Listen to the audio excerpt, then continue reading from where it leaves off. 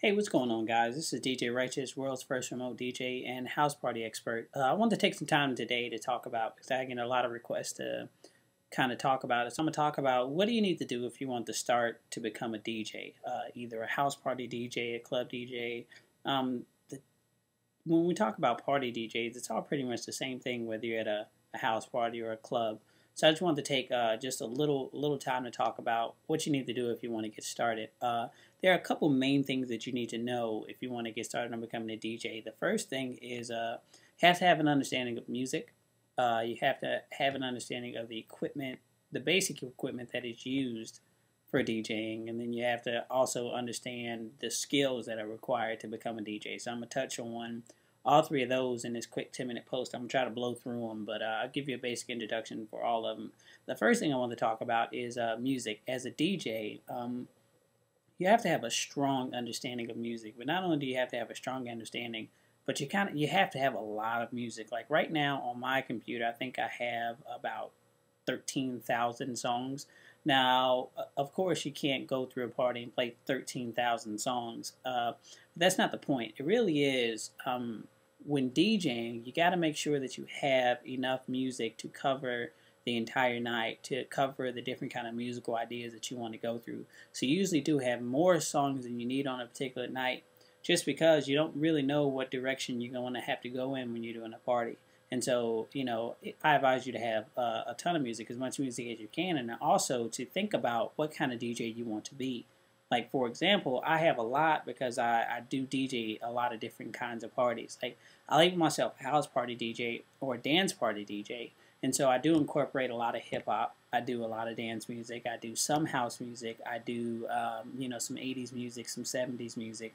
I can span across so many different decades, which is why the number of songs that I have is so high. But, for example, if you just want to be a hip-hop DJ, then you would have a lot of hip-hop songs. If you just want to be a reggae DJ or an 80s DJ, then you would have a good understanding of the more popular songs that are in whatever kind of music that you want to spin. So, for example, if you are a hip-hop DJ, then you got to have the latest by Jay-Z, Kanye, Lil Wayne, or whatever the popular song may be, Soulja Boy. But just to have a fervent understanding of those and to have a fervent understanding of music so that you can develop what are called sets. Now, I'll get more into sets and when we talk about the skills that you need to have as a DJ.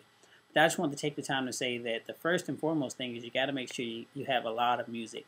If you don't have a lot of music, then you need to, start acquiring it however you can get it. Now, way back when, before, back when pirating was going all crazy, DJs used to just, take it from different sources.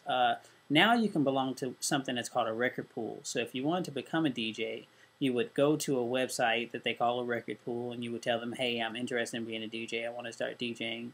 And then they would charge you a monthly fee for you to be able to download all the latest songs. So if you don't have music right now, then I would advise you to go and join a record pool so you can start downloading songs so that you can start to become a DJ. The second thing that I want to start talking about is equipment.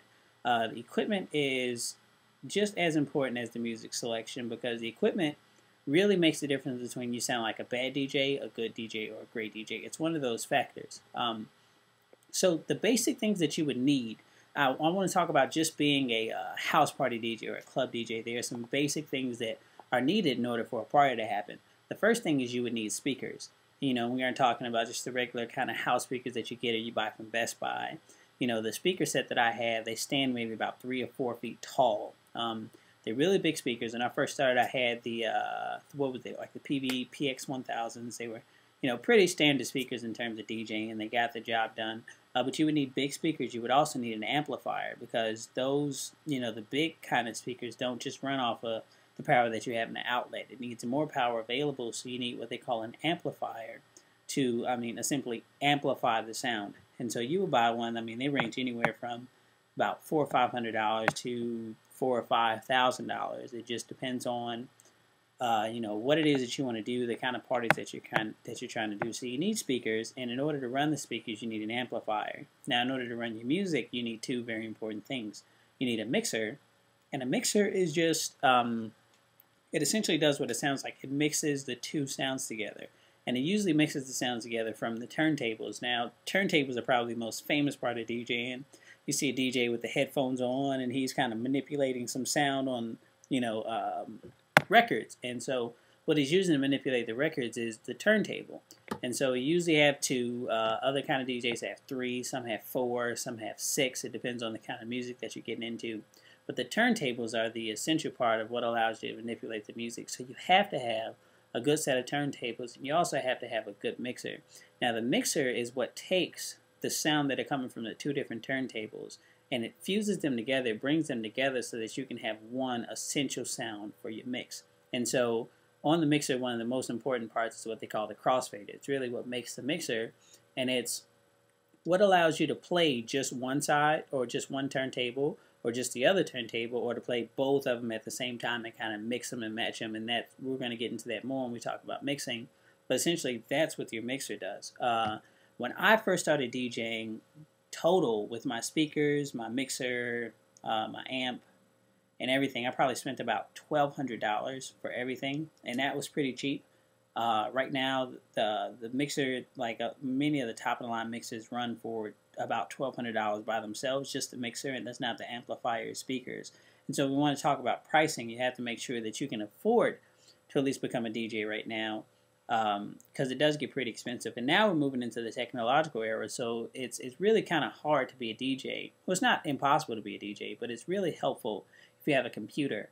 And because computers allow you to store more songs, and there are a lot of great computer programs out here that you can use to kind of bring your DJ into the next level. I use two different programs. One's called Serato Scratch Live, and the other one's called Track the DJ. And it just depends on the kind of party that I'm doing for which one of the DJ programs that I'm using. But yeah, those are the two that I use. I'm trying to think. I haven't used any free ones in a while, but I know that if you're using Mac, I know back in the day, I'm not sure if it's free anymore, but I know it's pretty cheap. There was a program called DJ 2.0. You can download that, and you can also get a free download of what's called Virtual DJ for Windows computers. So if you go to virtualdj.com, you can be able to download it was like a 30-day demo of their DJ program, where it's just, you just need a laptop. You don't need all the other extra stuff that I was talking about. It can just kind of be done on its own natively inside the computer. So that's a good way for you to get started and for you to be able to learn. And what you're really learning is mixing. And mixing is, it's essentially taking the musical ideas of the things that are in your head, making them sound good to keep a party going.